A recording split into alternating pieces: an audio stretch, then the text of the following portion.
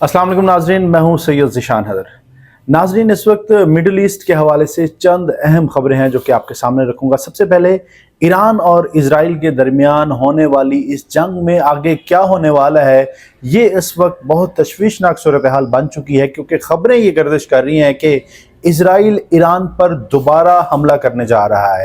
ये आज की सबसे बड़ी ब्रेकिंग न्यूज़ है, अहम खबर है कि इजराइल ईरान पर दोबारा हमला करने जा रहा है। और इसकी रीज़न ये है क्योंकि उनका गुज़िश्ता हमला जो है वो बुरी तरह से नाकाम हुआ है। अब इजराइल जो है ये कोशिश कर रहा है कि वो किसी तरीके से ईरान से बदला ले उन पुराने हमलों का जो कि ईरान ने इजराइल पर किए थे। तो अब इजराइल जो है अगले 24 घंटों में ईरान पर हमला कर सकता है, लेकिन इस हवाले से ईरान ने भी मुकम्मल तैयारी की हुई है और ईरान इसका भरपूर जवाब देने के लिए तैयार है। अगर इजराइल हमला करता है तो ईरान की क्या स्ट्रेटजी होगी, इस पर हम गुफ्तगू करते हैं। और दूसरी सबसे अहम खबर यह है कि ईरानी supreme leader Ayatollah Sayyid Ali Khamenei की तबीयत के हवाले से बहुत अहम खबरें जो हैं वो गर्दिश कर रही हैं और मीडिया पर इस तरह की रिपोर्ट्स आ रही हैं कि अब आयतुल्लाह खामनाई के बेटे जो हैं वो उनके जानशीन के तौर पर काम करेंगे और खामनाई साहब जो है वो रिटायरमेंट ले लेंगे।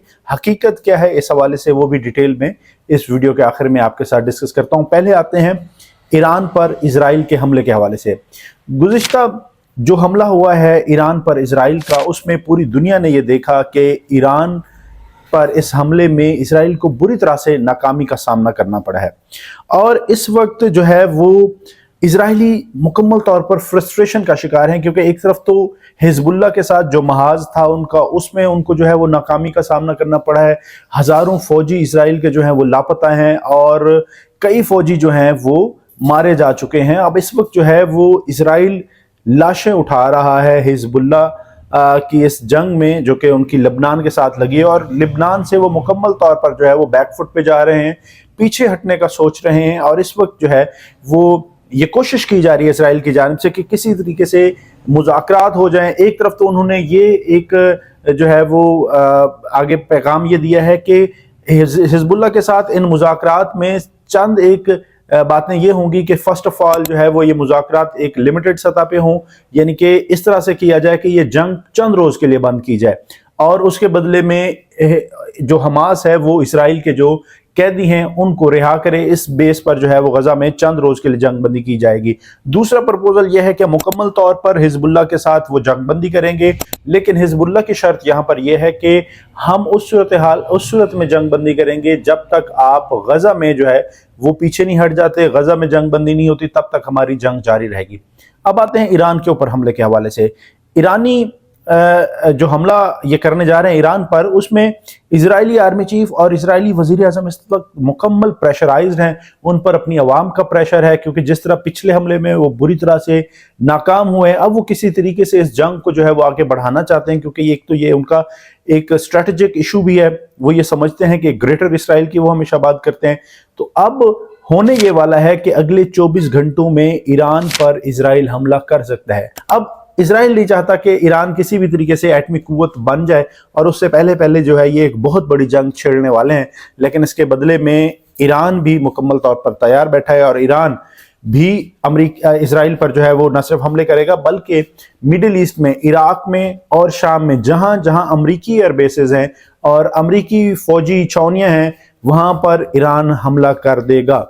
तो ये एक बहुत बड़ी तबाही और जंग होने वाली है अगर तो इजराइल दोबारा हमला करता है। लेकिन जिस तरह से इजराइल को नाकामी का और शर्मिंदगी का सामना करना पड़ा है, ये दोबारा फेस सेविंग की तरफ जाएंगे। मैंने इससे गुज़िश्ता वीडियोस में बताया था कि इजराइल फेस सेविंग मांग रहा है, वो अपनी आवाम को जो है वो जवाब देना चाहता है,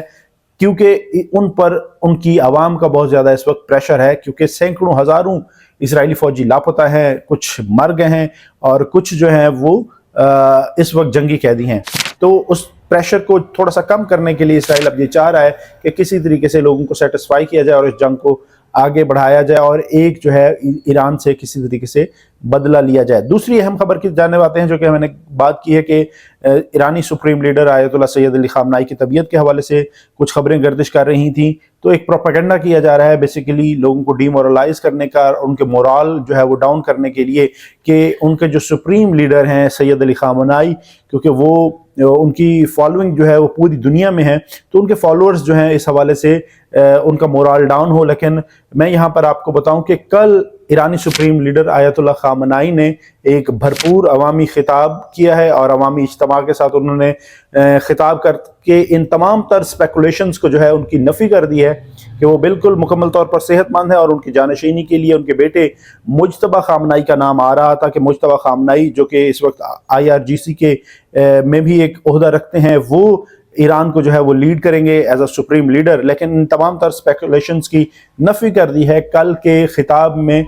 سید علی خامنائی نے۔ 85 سال کی عمر میں جس طرح سے انہوں نے اب عوامی اجتماع میں خطاب کیا ہے، اور وہ بالکل جو ہے وہ انہوں نے پیغام اپنے خطاب میں دے دیا ہے کہ ہر طرح سے ریٹیلیٹ کریں گے اگر اسرائیل کوئی بھی غلطی کرتا ہے، اور گزشتہ حملے کا بھی وہ بدلہ لیں گے۔ ناظرین، اس حوالے سے مزید کوئی اپڈیٹ ہوں گی، خبریں ہوں گی، آپ کے ساتھ ضرور شیئر کریں گے، لیکن میرے چینل کو لازمی سبسکرائب کریں۔ بہت بہت شکریہ، اللہ حافظ۔